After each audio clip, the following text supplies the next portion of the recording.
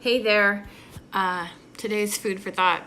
Well, I'm working on content for my for the aromatherapy as a lifestyle course, and I guess what I want to say is that the mind, the body follows the mind. You know, there's years ago I used to talk a lot about how we manifested health conditions based on the way we felt about ourselves, and I used to get myself into so many arguments with people. People would get so mad at me. You know, how could, are you telling me that children wish to be sick and that they wanted this and they brought this on? I was tripped up, truthfully, by that, because I really understood what I was saying, but I wasn't articulating it. And now I get it. I really get it. You get what you focus on. It's funny, everything exists in the same space. The dark and the light, the good and the bad. If we choose to focus on the darkness and the shadows, we can't see the light because we're too busy focusing on the shadows. And so what I've realized is that the mind actually is where the digestion begins. This is how we're processing information. Thoughts are information, food is information. This is why I'm calling this food for thought. And so the way, but what happens is the body follows our lead. The body doesn't think for itself. It only instinctually reacts to the information coming in, okay? But we are also, this is what we're doing, and we have the capacity to actually recognize when we're truly in danger and when we just have we have the ability to recognize and actually encourage the body to produce better chemistry. I almost want to start this video all over again because I just feel like I'm tripping all over myself. So that's really the thing that's in my mind right now, is that the body follows our lead, and we have the power. We have the power. I've had some amazing conversations with people today, and we absolutely have the power to affect our health. And I don't believe that health is a punishment. I don't believe that health or poor health is a result of dysfunction, defectiveness. I don't believe that we're being punished. I don't believe any of that. What I believe is that we are so wrapped up in reacting. That's how I want to say it. We're so busy reacting, and how can we not be? I mean, there's so much stuff coming at us from people and circumstances, and the world is full. And so this is the benefit to actually stepping away and meditating and giving ourselves that pause so that we can choose what we want to look at. I'm only saying this because I am historically known to be a reactionary. I just react. I've always reacted. And I would find myself getting pissed, totally pissed about stuff that really wasn't even attacking me. It's just I would find myself so threatened all the time. And because somebody said this or somebody questioned that. I mean, I guess I always just lived in this space of I'm being threatened. And then honestly, I've had circumstances in my life where my things were being threatened. So everything just became a threat. I interpreted everything that came at me as a threat. And I would get immediately pissed, immediately defensive. And the interesting thing is that I've experienced a body that's done the same thing. And I don't think this is any different for anybody else. So the more we can stop reacting, and honestly, what I've started doing since the beginning of this year, because I had my ass handed to me last year. And so what I came to realize is I actually start every day. I start every new activity with one series of questions. What would love see? What would love hear? And you know what my challenge is? It's trying to come up with an answer. So I'm learning how not to think. I'm learning how to just be in that space, that inquiry, and like, what would love see and what would love hear? And when I just forget about trying to figure it out, I'm noticing that it's actually softening me.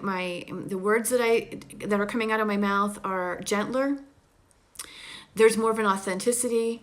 I like the shifts that I'm experiencing, and that's the only reason I'm talking about it here, because it's made it's made a huge, huge difference. And when I look around me and I talk to my kids and I talk to other people, and like I said, when we relate so directly, and when we relate to the world as it is and the circumstances, it's real easy to understand why we react so rapidly. But all the body's doing is it's mirroring our mind. It's mirroring our reactions.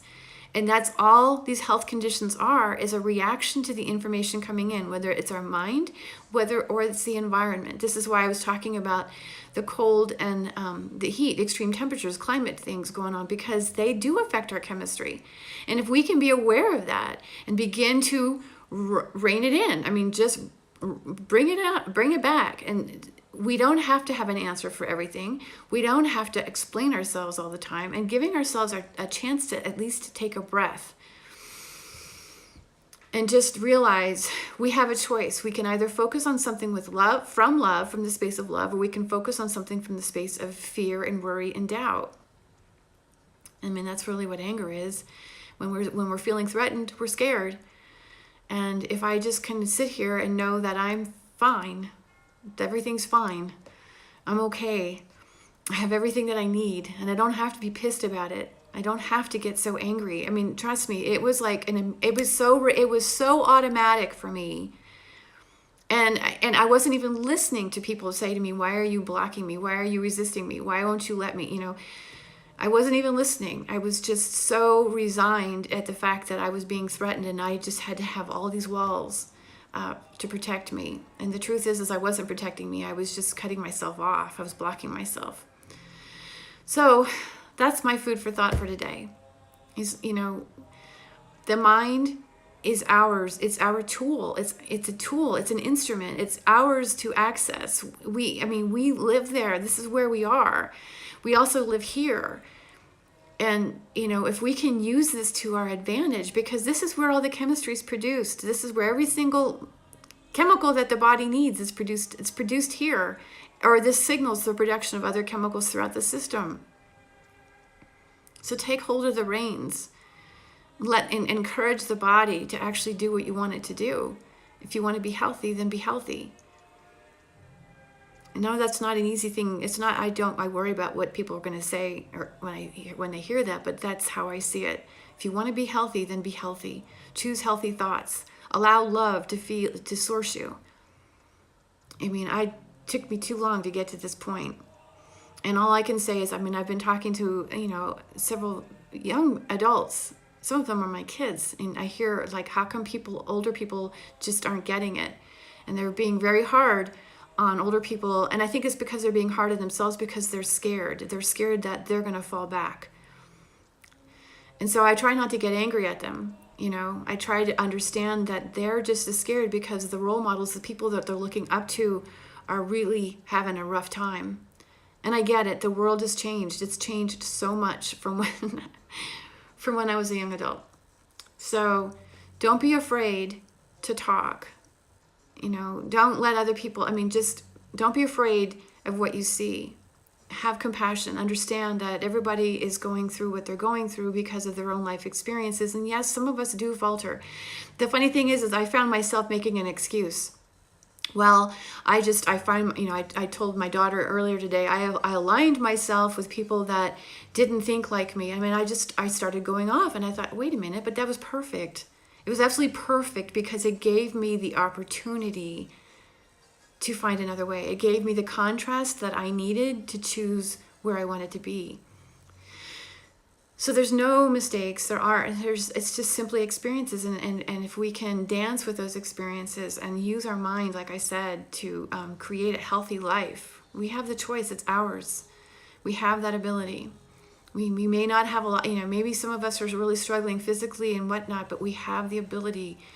And coming from somebody who was born with anxiety, who has suffered panic attacks, who has struggled with addiction and eating disorders, yeah, I get it. I totally get it. So I'm not trying to be disrespectful to people who are living with, depression and anxiety and saying, just get a grip. That's not what I'm saying. It takes one step at a time. It takes one gentle reminder at a time. And being compassionate above all, and realizing that we're all in this together. And I only pray that we can all begin to be easier on us, because every one of us deserves that inner peace. So anyway, thanks for watching, you guys. I love you. Hope you're having a really great day. And yeah, talk to you tomorrow. Food for thought tomorrow. We'll see what comes up and we'll share it then. See ya.